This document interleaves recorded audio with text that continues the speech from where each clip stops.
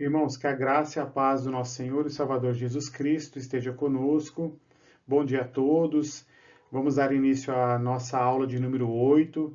Como os irmãos estão acompanhando, nós estamos trabalhando com esta revista que está aparecendo aqui na tela, uma revista da editora Cultura Cristã. O tema é eu mesmo e os outros, o papel e o lugar do cristão em uma sociedade individualista. A lição de hoje será sobre o trabalho é meu. É a lição de número 8. E iniciando a nossa lição, nós vamos fazer a leitura no livro de Êxodo, capítulo 20, versículo 9 e 10, que diz assim: Trabalharás 6 dias e neles farás todos os teus trabalhos, mas o sétimo dia é o sábado dedicado ao Senhor teu Deus. Vou continuar aqui, que diz assim: Nesse dia não farás trabalho algum, nem tu, nem teus filhos ou filhas, nem teus servos ou servas, nem teus animais, nem os estrangeiros que morarem em tuas cidades. Irmãos, no estudo de hoje nós vamos aprender que tanto o trabalho quanto o descanso são meios ordenados por Deus para obtermos nosso sustento sem sermos oprimidos pelas nossas atividades profissionais.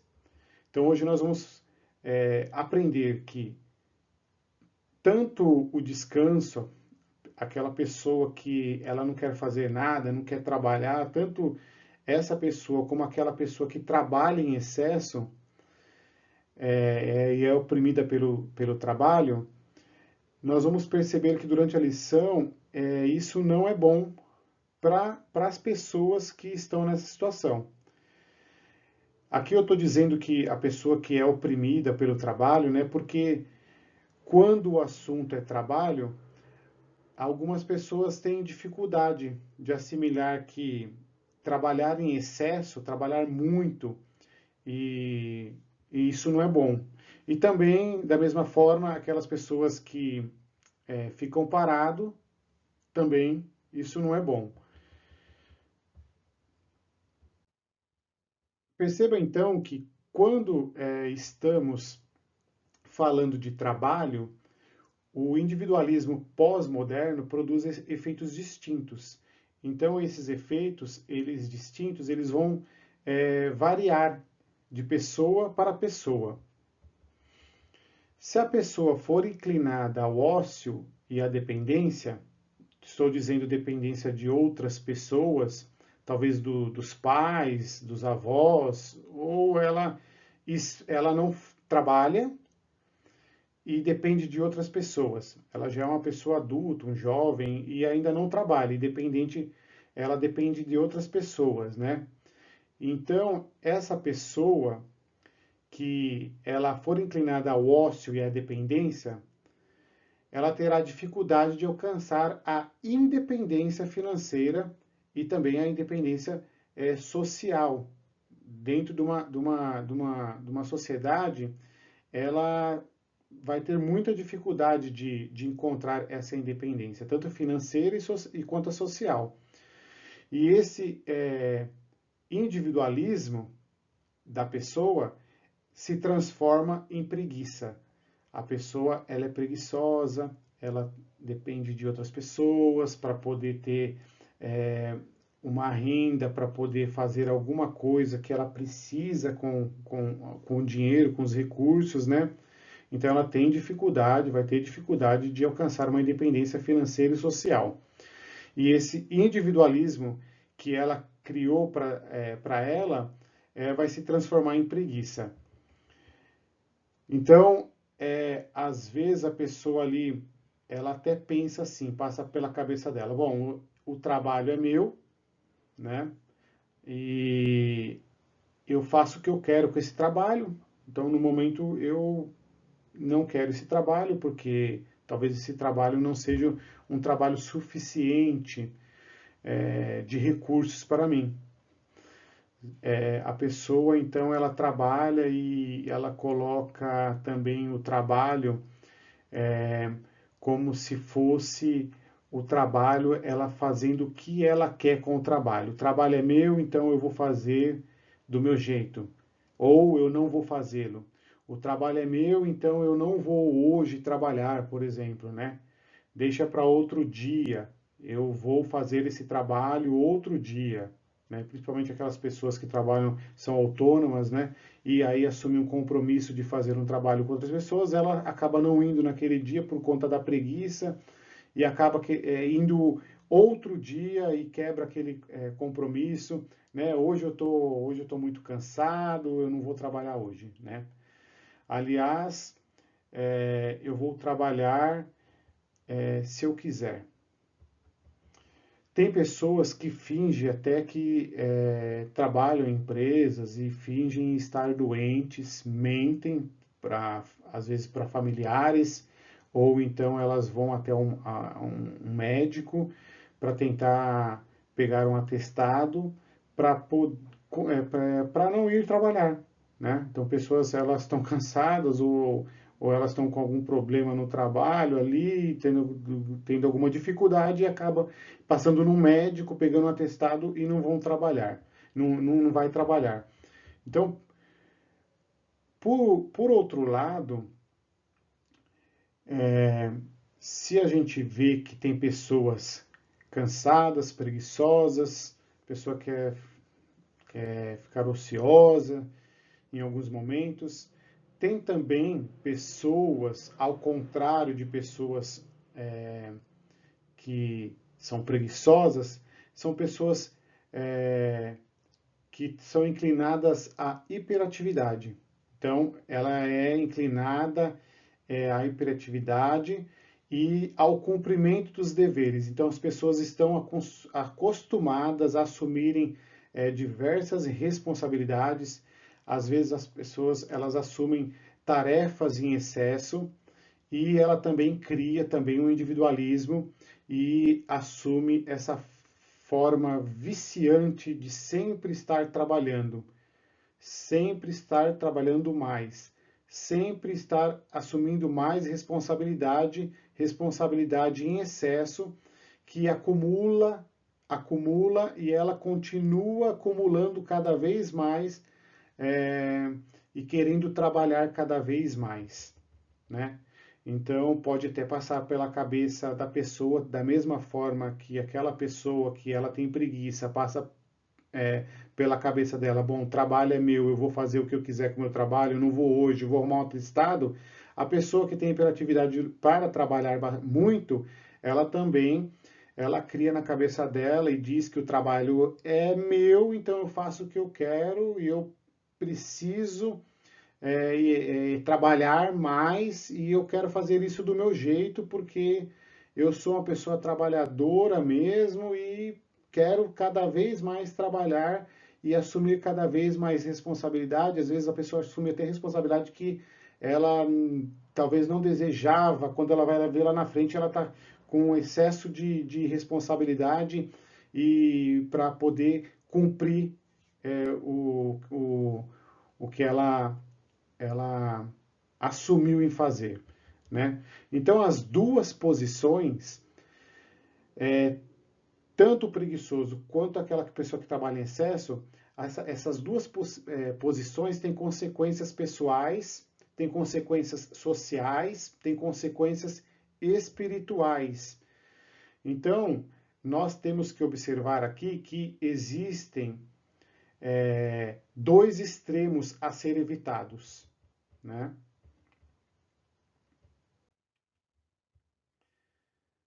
Há dois extremos que devem ser evitados. O primeiro está aqui na nossa tela, que diz assim: ficar ocioso e ser pesado a terceiros quando deveria assumir responsabilidade e trabalhar.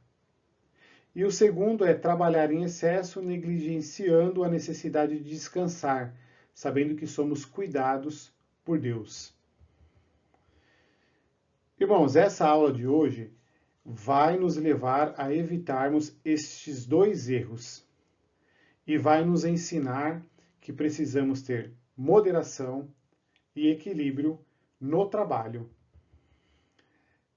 Na verdade, a moderação e equilíbrio devem reger nossa relação com o trabalho e o descanso.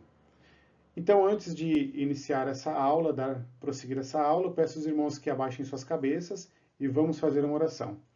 Senhor, nosso Deus e nosso Pai, nós te agradecemos por este momento, Senhor, de estarmos aqui na tua presença e saber que podemos descansar e todo o trabalho é seu, Senhor, em nossas vidas. Que o Senhor continue nos abençoando no decorrer do dia, que o Senhor continue nos abençoando durante a nossa semana. Esteja conosco, Senhor, no nosso culto, hoje à noite. Fala, Senhor, através do teu servo, para que enchamos os nossos corações com a tua palavra, com a tua santa e poderosa palavra, Senhor. Que o Senhor Santo Espírito esteja sobre nós, que o Senhor esteja conosco, Senhor, hoje e sempre. É o que eu te peço em nome de Jesus Cristo. Amém.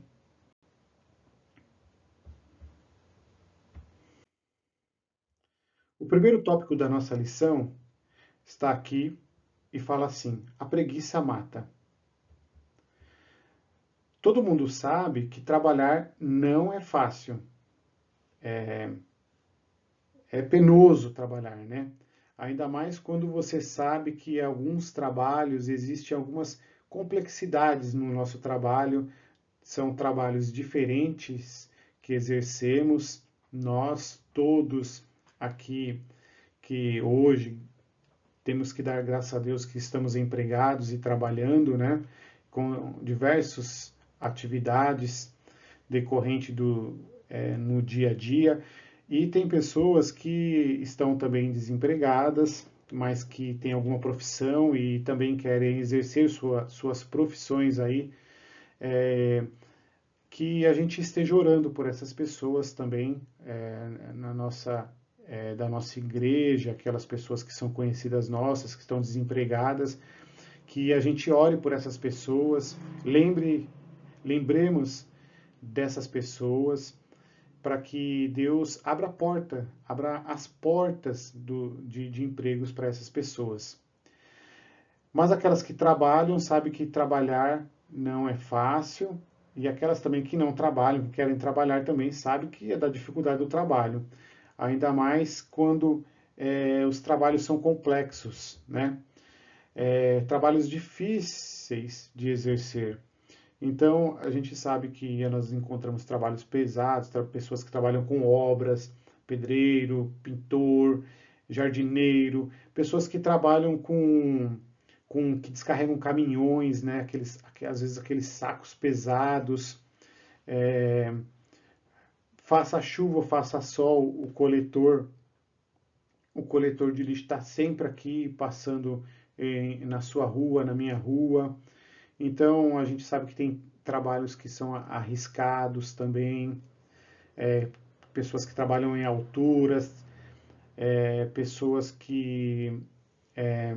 policiais que trabalham e lidam todo dia com o perigo, trabalhos insalubres, né? Pessoa que trabalha em empresas que trabalham com química, postos de gasolina mesmo, quem trabalha no posto de gasolina.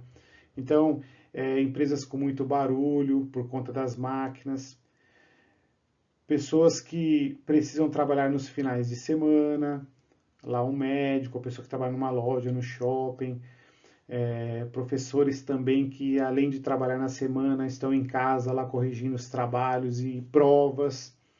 Então, a gente sabe que existe uma complexidade no trabalho e é cansativo para todo mundo. Além disso, os trabalhadores em geral, eles precisam lidar com chefes inseguros, chefes mal-humorados, né? Essa pessoa que vai trabalhar no seu dia a dia, ela tem que pegar um ônibus, ela tem que pegar um trem, e sempre naquele horário de pico, lotado, já passando logo no início do serviço por essa situação, né? Aí na ida, na volta do trabalho, ônibus lotados, trem lotado, a pessoa pensa, nossa, meu salário não é compatível com a função que eu exerço.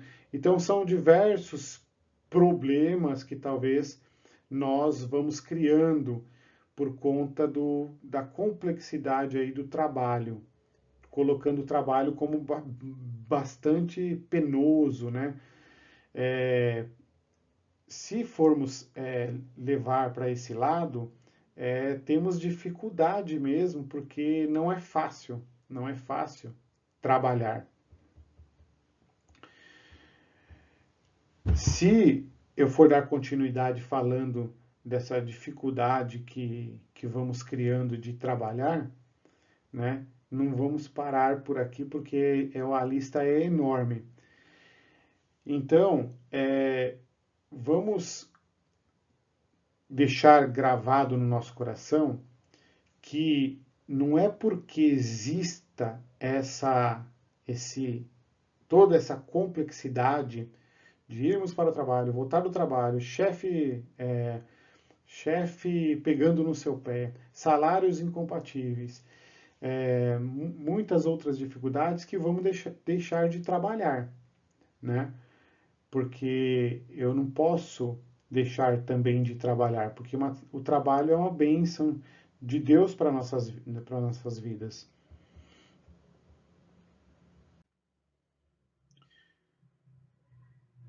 Quando Deus ele pune o primeiro casal por causa do seu pecado, uma das consequências anunciadas foi que, lá em Gênesis 3,19, que diz que no suor do teu rosto comerás o teu pão. Então, Deus ele já tinha um plano, lógico, para nós, mas Deus fala lá que no suor de teu rosto comerás o teu pão. E nós estamos trabalhando, suando, mas isso não é porque tem essa passagem bíblica que vamos colocar o trabalho como penoso para nossas vidas. O trabalho é uma bênção de Deus. Mas por conta do pecado, existe todas essas dores que sentimos por conta do trabalho. Acompanhe comigo a leitura que diz assim, lá em Gênesis 3,19: com o suor do seu rosto você comerá o seu pão, até que volte à terra, visto que dela foi tirado, porque você é pó e ao pó voltará. Não é porque o trabalho tem esse caráter penoso que devemos nos afastar dele, né? A Bíblia ensina que o suor do rosto é o modo de ganharmos o nosso pão, os nossos recursos, para que possamos comer, para que possamos nos vestir. É o modo de ganharmos nosso pão, e que aquele que se recusa a suar o rosto, este que não trabalha, ele está condenado a morrer de fome. Então, lá em Provérbios, capítulo 21, versículo 25, diz assim: o preguiçoso morre de tanto desejar e de nunca pôr as mãos no trabalho. Quando a gente lê essas passagens bíblicas que acabamos de ler aqui, isso nos direciona a outro ensino da Escritura, que vai falar sobre que todo aquele que não trabalha, quando tem condições de trabalhar, porque existem pessoas que não têm mesmo condições de trabalhar, mas todo aquele que não trabalha quando tem condições de trabalhar, podemos dizer assim, que é um parasita social. O que ele está fazendo para a sociedade se ele não quer realmente trabalhar? né? Ele tem condições e não quer trabalhar. Então, isso tem crescido muito nos últimos anos, de pessoas que não querem de forma alguma trabalhar, pessoas com condições de trabalhar, pessoas com plena saúde e às vezes pessoas jovens, já um pouco mais velhas, até aquelas pessoas que têm até 40 anos mais, são sustentadas pelos pais, pelos avós, né? Jovens adultos que se comportam como um adolescente. Muitos deles têm mais aí de 40 anos até. Então, jovens e adultos que se recusam a assumir qualquer tipo de responsabilidade pela própria vida. Inclusive, essas pessoas, elas se recusam a assumir uma responsabilidade do seu próprio sustento, né? Elas são totalmente aí dependentes dos seus pais, né? Alguns podem argumentar assim: eu não pedi para nascer. Quem me colocou no mundo que me sustente. Então, essa nossa revista, ela faz uma breve pausa aqui para poder ensinar um pouco sobre esses argumentos também, né? Alguns argumentam que eu não pedi para nascer, quem me colocou no mundo que me sustente. Então ela faz uma pausa aqui falando sobre o trabalho. E ela interrompe aqui, porque essas pessoas que criam isso nas suas mentes, né, que eu não pedi para nascer. Também esse eu não pedi para nascer, quem me colocou no mundo e que me sustente, pode ser usada como afirmações que têm acertos e erros, né? Então, eu vou falar aqui de dois acertos e um erro bastante grave que as pessoas podem interpretar com esses argumentos de pessoas que já são mais velhas, jovens e que têm essas atitudes de adolescentes. O primeiro acerto aqui, na palavra, quando o filho diz, eu não pedi para nascer. Isso é bem uma verdade mesmo, né? Apesar dele argumentar a respeito de não estar trabalhando e jogar esse argumento ele é verdade, né? Ele não pediu para nascer, é verdade, né? Mas isso não é que esteja relacionado talvez seja uma desculpa que ele quer dar por conta do trabalho. E muitas pessoas aceitam isso como uma mentira, né? Não, você pediu para nascer, sim.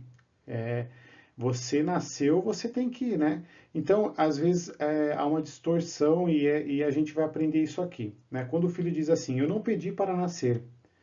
Isso é verdade, né? Nós não pedimos para nascer.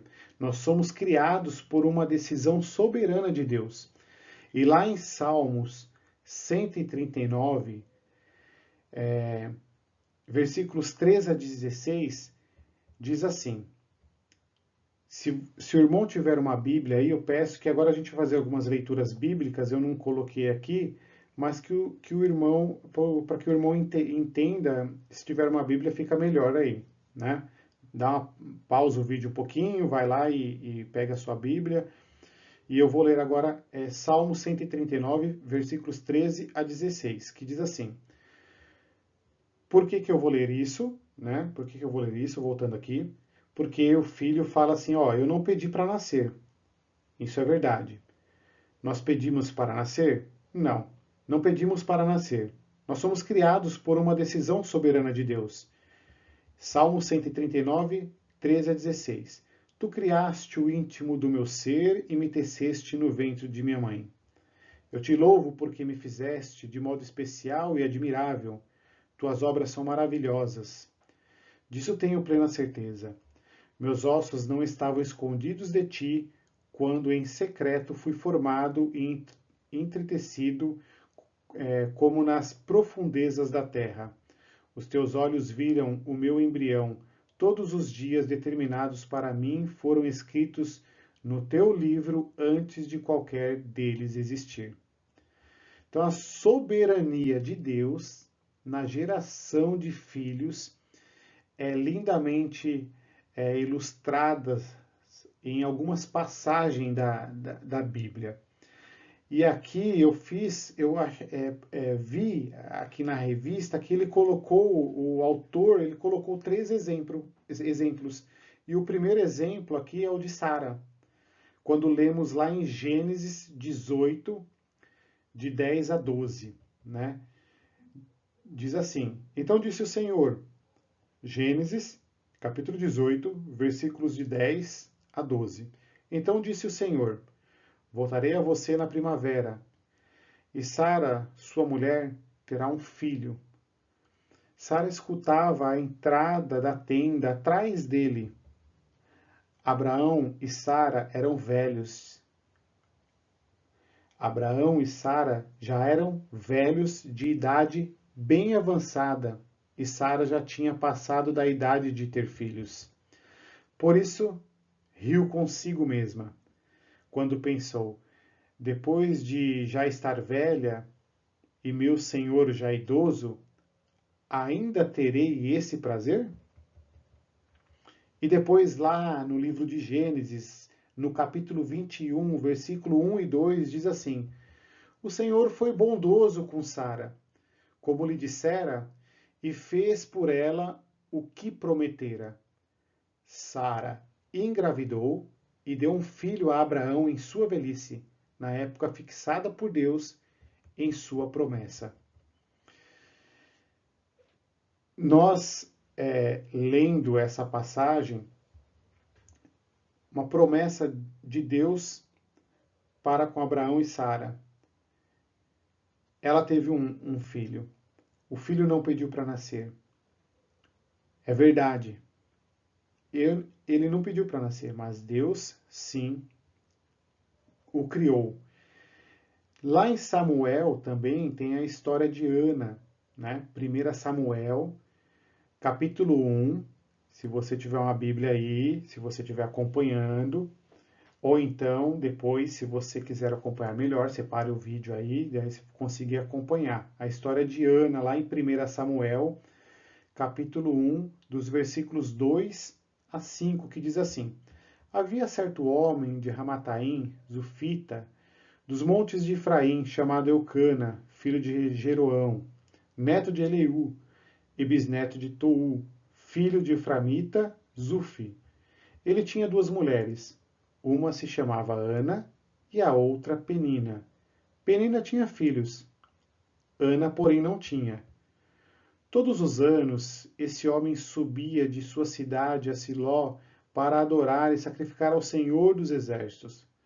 Lá, Ofine e Finéias, os 2 filhos de Eli, eram sacerdotes do Senhor.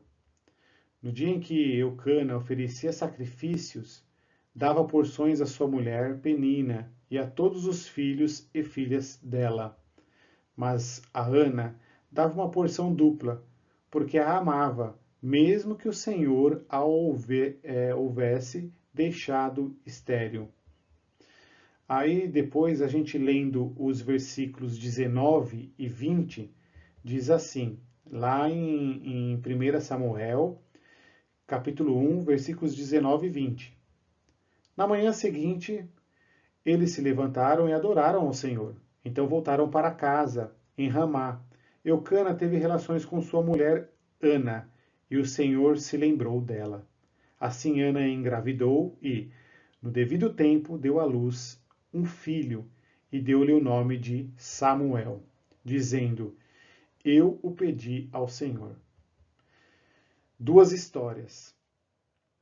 E tem mais uma, a história de Isabel também, que está lá no Evangelho de Lucas, capítulo 1, versículos 5 a 7.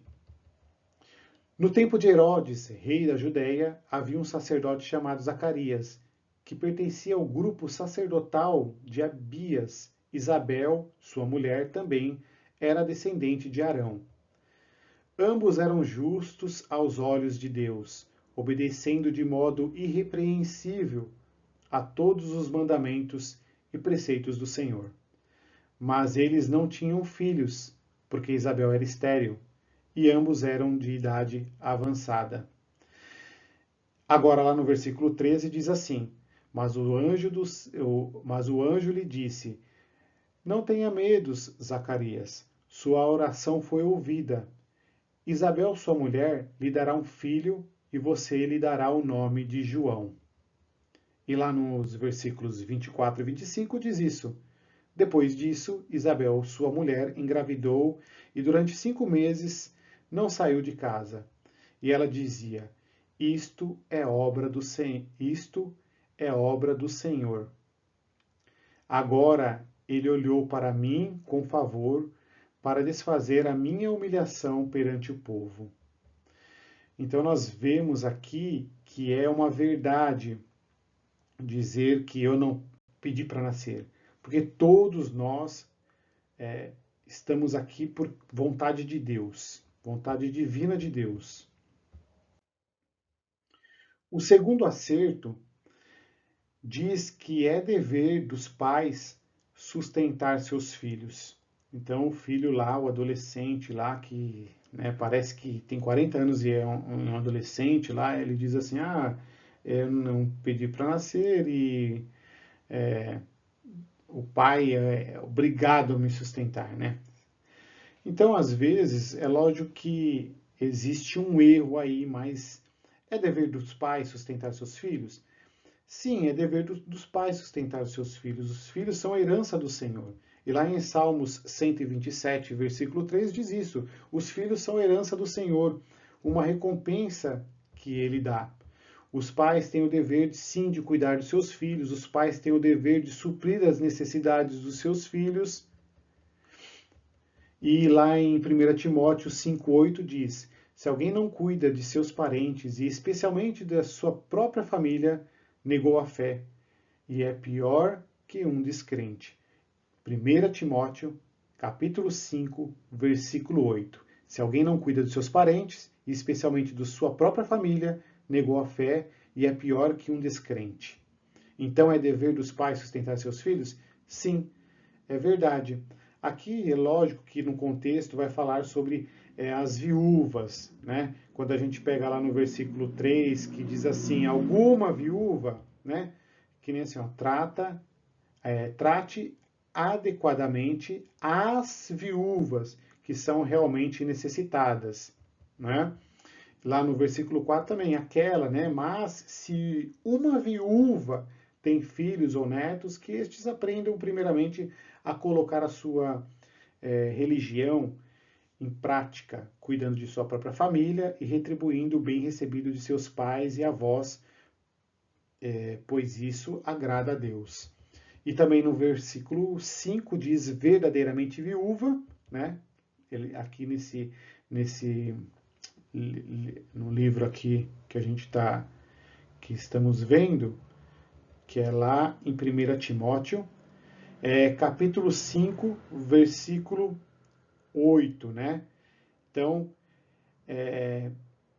está falando sobre os parentes, especialmente sua própria família, né? Tem que cuidar dos seus parentes, da sua família. Aqui está falando, lógico, lá em 1 Timóteo, que nem a gente falou das viúvas, e agora lá no versículo 5 diz isso aqui, né? Verdadeiramente viúva, viúva realmente necessitada e desamparada, põe sua esperança em Deus e persiste dia e noite em oração e em súplica. Contudo, quando a gente faz a leitura do versículo 8, ele fala dos seus, né? Tá falando de viúva? Tá, mas também fala lá no versículo 8 dos seus. Se a gente está colocando num contexto geral, para a gente não confundir, quando fala lá que se alguém não cuida de seus parentes, e especialmente de sua própria família, negou a fé e é pior que um descrente. Então, isto é a fala de todos aqueles que não podem prover seu próprio sustento, né? Aquelas pessoas que não podem prover o seu sustento. Viúvas, sim. Pessoas menores, sim. Pessoas com deficiência mental, sim. Pessoas com problemas de saúde, sim. Pessoas com maior, não. Jovens, não. Jovens com saúde, não. Não é isso que está falando aqui, né? Então, é dever dos pais sustentar seus filhos? Sim. Esse é um dos acertos.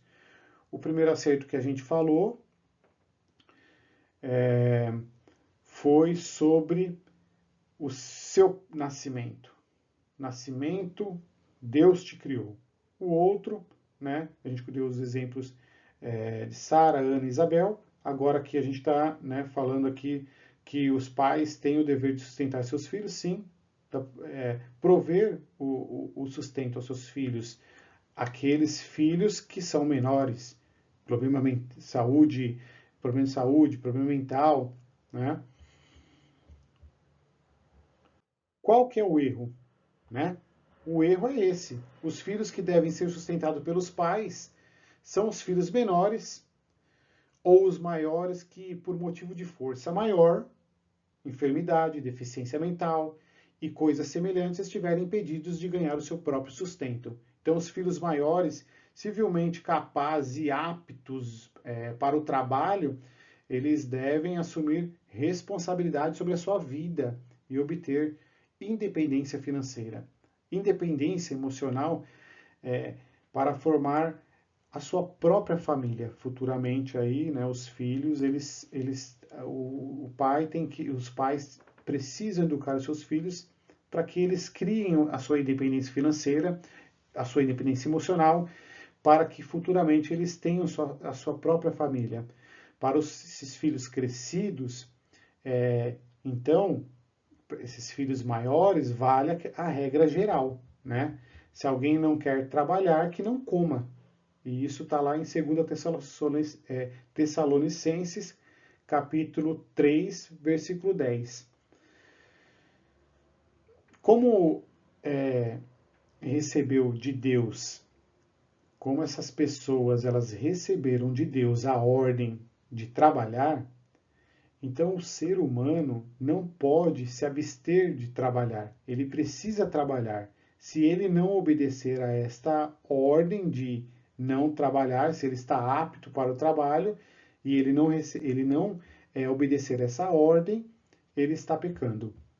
Então a Bíblia condena com rigor aqueles que vivem da fadiga e do trabalho alheio sem prestar à comunidade um trabalho frutífero, né? Então as escrituras elas trazem diversas advertências contra a preguiça, especialmente aí no livro de Provérbios. Vamos acompanhar aqui comigo aqui na tela. Ó, Provérbios capítulo 6, versículo 6. Observe a formiga, preguiçoso, reflita nos caminhos dela e seja sábio. Né? A gente vê a formiga sempre ali trabalhando, né? E o ser humano que não trabalha? Difícil, né? Provérbios capítulo 3, versículo 4. O preguiçoso deseja e nada consegue, mas os desejosos do diligente são amplamente satisfeitos. Provérbios 19, 15. A preguiça leva ao sono profundo e o preguiçoso passa fome. Calvino também, ele fala sobre os preguiçosos de forma irônica, né? E eu trouxe aqui um texto que está na revista de um escrito de Calvino. Eu vou colocar aqui, os irmãos leiam comigo. Se os irmãos quiserem pausar o vídeo para ler, eu acho melhor. Quer ver? Ó, dá uma parada aí no vídeo, leia primeiro, aí depois os irmãos leiam comigo, tá? Eu vou ler aqui. Vemos que aqueles que nada têm a fazer, mais se cansam em nada fazendo do que se, de propósito firmado, se entregassem a alguma obra. Correm para cá e para lá, Em qualquer parte a que chegam, deixam a clara impressão de que estão bastante esgotados. Coletam todos os boatos que correm e, depois, os espalham e publicam à torto e à direito. Dir-se-ia que carregam nos ombros o peso de um reino. Está lá nos comentários do Novo Testamento, Calvino, é uma parte da 2 Tessalonicenses, capítulo 3, 11. Aqui, Calvino, ele, além de mencionar o enfado causado pela preguiça, faz com que o preguiçoso tenha o semblante cansado. Sabe aquelas pessoas que têm um semblante cansado? Você olha para a pessoa já está. Você fala que essa pessoa está cansada. Mas está cansada do quê? De não fazer nada. Ela é cansada por si só. Né? Aquela pessoa que tem rosto de preguiçoso, rosto de cansado. Né? Calvino também ele menciona aqui que essas pessoas que são preguiçosas, ela não tem nada para fazer e fica às vezes acompanhando a vida de outras pessoas, e aí ela divulga boatos, né? Faz fofoca de outras pessoas, porque ela não tem o que fazer, ela não trabalha, ela não, né? Ela não tem muito o que fazer, então ela vai espalhar aí a fofoca. Então a ideia aqui é bastante clara. Quem não se dedica a algo produtivo passa o tempo cuidando de boatos sobre a vida alheia, a vida de outras pessoas. Então Calvino deixa mais ou menos, ele fala sobre essa parte da preguiça e fala sobre isso, né? Que tem ocupação a ocupação dela é em espalhar boatos, né? Agora, quem se dedica com seriedade ao estudo e ao trabalho não tem tempo para fazer essas coisas, não tem tempo para espalhar esses boatos, para falar. Ele coloca aqui uma das coisas, né, que a pessoa que não está preguiçosa pode fazer, né, dando a entender que tem outras coisas que ela faz também pecando porque ela não está trabalhando. Ela está ociosa e aí começa a passar muitas coisas na cabeça dessa pessoa e ela acaba pecando também. Então, o segundo tópico da nossa lição é ao contrário do que nós falamos aqui do preguiçoso. Vai falar sobre aquelas pessoas que faz o trabalho como se fosse um Deus, endeusa o trabalho. Endeusando o trabalho. Então, o individualismo de nossa época, no mundo pós-moderno, se expressa não só na divinização do trabalho, né?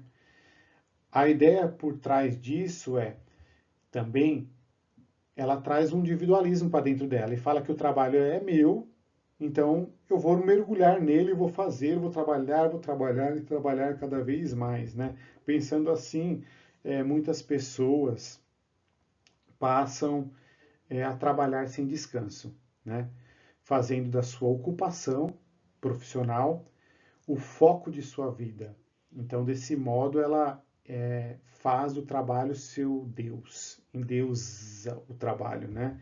Deus estabelece um padrão e um limite para o trabalho. Então, aqui, acompanhe comigo a leitura aqui na tela, lá em Êxodo, capítulo 20, a leitura dos versículos 9 e 10. Trabalharás 6 dias e neles farás todos os teus trabalhos. Mas o sétimo dia é o sábado dedicado ao Senhor teu Deus. Nesse dia não farás trabalho algum, nem tu, nem teus filhos ou filhas, nem teus servos ou servas, nem teus animais, nem os estrangeiros que morarem em tuas cidades. A gente já leu lá para trás essa passagem e Deus, essa lei ordena duas coisas, tanto o trabalho como o descanso.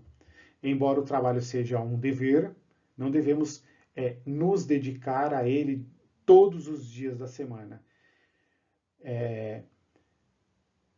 porque senão esse trabalho ele vai ser um trabalho de caráter opressivo, né?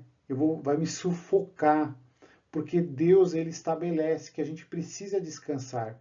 Do mesmo modo, não devemos trabalhar diariamente mais do que o razoável também, muitas horas trabalhando, e a gente sabe que isso normalmente acontece.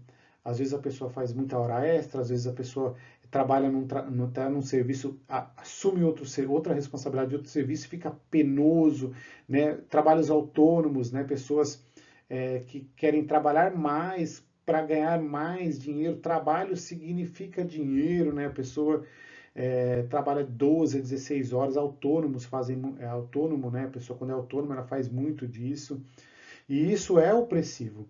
Então, nós precisamos viver em harmonia com o trabalho. Deus deseja que, após aquele período seu de trabalho, aqueles 6 dias trabalhado, é recomendável? Não. Deus fala para que você interrompa o seu trabalho e você descanse. Então, o estabelecimento desse padrão deve ter vários objetivos. Acompanhem comigo aqui. O primeiro é estabelecer um dia de descanso a todos os trabalhadores para que possam restabelecer suas forças e se dedicarem à família e à sua comunhão com Deus. O segundo aqui é levar o ser humano a confiar em Deus para o seu sustento.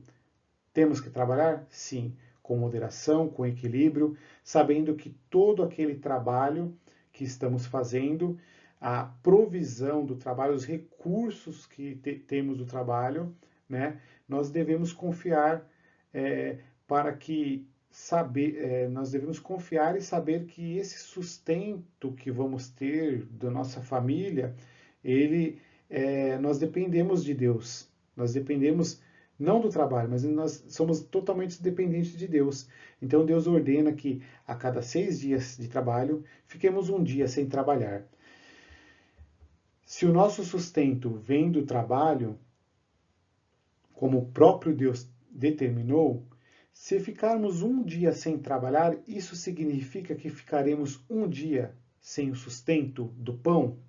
Não, porque o Senhor nos sustenta todos os dias, é o Senhor. Então o cristão ele precisa aprender que seu trabalho nunca será mais recompensador que a obediência a Deus. Então nós devemos obedecer a Deus, nós devemos e confiar em Deus que o nosso sustento todos os dias vem do Senhor, né? Leiam comigo aqui na tela Salmos, capítulo 127, versículo 1 e 2. Se não for o Senhor o construtor da casa, será inútil trabalhar na construção. Se não é o Senhor que vigia a cidade, será inútil a sentinela montar guarda. Será inútil levantar cedo e dormir tarde, trabalhando arduamente por alimentos. O Senhor concede o sono àqueles a quem ama. A santificação do dia do Senhor é o ponto de partida para um trabalho abençoado. A santificação do dia do Senhor, no caso nosso é o domingo, né? A gente dedica esse dia ao Senhor. Esse aí é o ponto de partida para o trabalho abençoado. Eu falei de 2 consagrações aqui, a terceira consagração aqui é a consagração a Deus, né? Leia comigo. A terceira é a consagração a Deus de tudo o que somos e temos. Precisamos de um dia em que nos abstenhamos de nossas atividades normais para nos dedicarmos especialmente a Deus. O trabalho é importante? O trabalho é importante e deve ser realizado com amor, a máxima dedicação, mas o descanso semanal também é importante e também foi instituído por Deus. Então, aqueles que são viciados no trabalho precisam se lembrar disso, que em tudo que fazemos inclusive no trabalho, deve haver moderação. Então a gente não pode esquecer de que o meu trabalho, o seu trabalho é Deus quem dá, o sustento é Deus quem dá. Nunca se esqueça de que o seu trabalho não é Deus, o seu trabalho não é Deus. É apenas o meio usado por Deus para a sua vida. Lembre-se lá da pesca maravilhosa que os discípulos jogam as redes e a gente vê que o resultado quando da pesca ela não vem ali das mãos dos homens, porque a gente vê que quando eles jogam as redes nada vem, mas o resultado da pesca veio da bênção divina de Deus. Os puritanos diziam, né? Estendemos as redes, mas é Deus quem põe nas redes tudo o que vem nelas. Irmãos, trabalhe com dedicação, mas trabalhe moderadamente. O mundo, a gente sabe que ele é competitivo, né? O mundo em que vivemos, ele é competitivo e talvez ele crie uma ansiedade aí no seu coração muito grande em torno do trabalho. Essa ansiedade nos faz perder o sono e nos leva a trabalhar mais do que o necessário e mais até do que nós suportamos. Nós ficamos cansados, somos seres humanos e então precisamos lembrar que temos que descansar. É meu, somente meu, todo trabalho. E o meu trabalho é descansar no Senhor, né? Quando nos viciamos no trabalho, colocando como o trabalho como Deus em nossa vida, os efeitos também não demoram a aparecer. Eu vou citar dois deles aqui que chamam nossa atenção. O primeiro é o distanciamento da família. Quando a gente trabalha muito, né? Quando a gente passa tempo demais no trabalho, é, as pessoas elas ficam sem tempo para estar em casa junto com a família. A pessoa fica menos tempo em casa. Então, quando a pessoa passa tempo demais no trabalho, a pessoa fica tempo de menos em casa. Então, isso significa que ela tem menos tempo de convivência com o seu cônjuge, com a sua esposa, com o seu esposo, com o seu marido, e também menos tempo com os filhos. Então, isso é um suicídio familiar. A revista aqui fala que isso aqui é um suicídio familiar. Você está acabando com a sua família, com os seus filhos, né? Muitas separações que acontecem é por conta disso, né? Muitos filhos rebeldes são por conta disso, né? Muito tempo no trabalho. Então, o casal ele precisa ter um tempo de qualidade, que eles possam conversar, eles possam se divertir. As crianças precisam de seus pais, elas precisam crescer num ambiente que lhe dê segurança e também lhe dê um acolhimento, né? O segundo aqui é o surgimento de enfermidades. Se a pessoa trabalha demais, surge enfermidade? Sim. Que trabalha demais fica mais sujeito ao estresse, à úlcera, gastrite. A pessoa não come direito, tem dor de cabeça, tem tontura, né? Ela não come direito, ela come lanche, ela come um monte de coisa durante o trabalho, não come no horário certo, né? Então, problemas cardíacos que a pessoa tem, muitos outros problemas, né?